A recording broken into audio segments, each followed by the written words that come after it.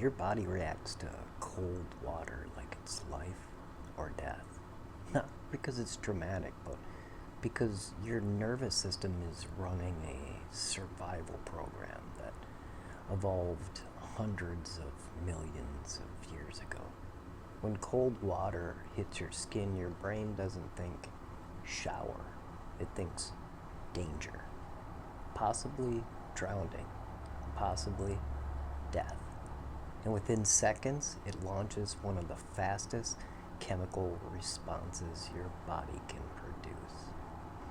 The first reaction starts in the brainstem, a deep structure that controls survival functions. It releases a surge of norepinephrine, a chemical that increases alertness, sharpens focus, raises heart rate, and redirects blood flow away from the skin toward vital organs.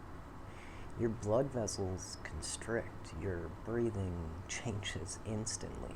That involuntary gasp you feel isn't random, it's your respiratory system being taken over by a survival reflex. What's important is that this same chemical pattern also appears in stress, anxiety, and panic. Same system, same chemistry, different outcomes depending on context. That's why cold exposure can feel like sudden clarity instead of fear. Norepinephrine floods the brain, especially areas responsible for attention and decision making. In controlled doses, this produces a state of heightened alertness that can last for hours after exposure ends. In that sense, cold water doesn't calm you, it activates you. But there's another system involved that most people don't realize. Inside your body, you have two types of fat. White fat stores energy. Brown fat burns it. Brown fat doesn't store calories. It converts energy directly into heat. It's most active in infants, but adults still have small deposits, especially around the neck, spine, and chest. When you're exposed to cold, norepinephrine activates this brown fat. It essentially turns on an internal heating system that burns energy just to warm you up. This is called the thermogenesis, your body producing heat without shivering. With repeated cold exposure, the system can become more active over time, meaning your body gets better at generating heat efficiently. But the effects of cold exposure go beyond metabolism. There's also something happening with stress itself.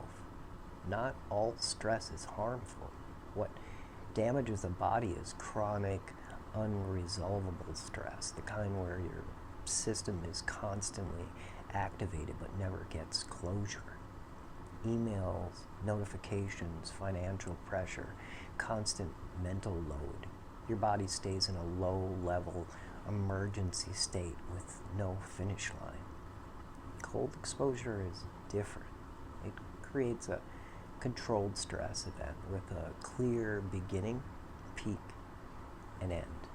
Your system activates fully. Heart rate rises, norepinephrine spikes, breathing sharpens, but then it resolves completely when the exposure ends. That cycle completion matters because the nervous system learns from it. Alarm, then safety, activation, then recovery. Most modern stress never completes that cycle. Cold exposure does. There are also immune effects being studied. Some research suggests that repeated cold exposure may slightly reduce sick days and increase immune system activity, likely through norepinephrine and related immune signaling pathways. There's also evidence that cold can trigger anti-inflammatory responses through the vagus nerve, which helps regulate inflammation throughout the body. However, these effects vary between individuals, and research is still ongoing. The simplest way to apply this is straightforward. At the end of a normal warm shower, switch the water fully cold for about 30 seconds. Let it hit your chest, shoulders, and back. The first few seconds will feel intense. Your breathing will spike automatically. That's normal. Don't fight it. Just breathe slowly and let it settle. After about 10 to 15 seconds, your system stabilizes, even though the water stays cold.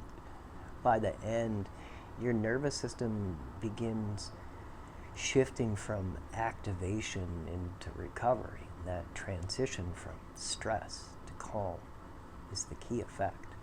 Timing matters too. Morning cold exposure tends to work better because it aligns with your natural alertness rhythm.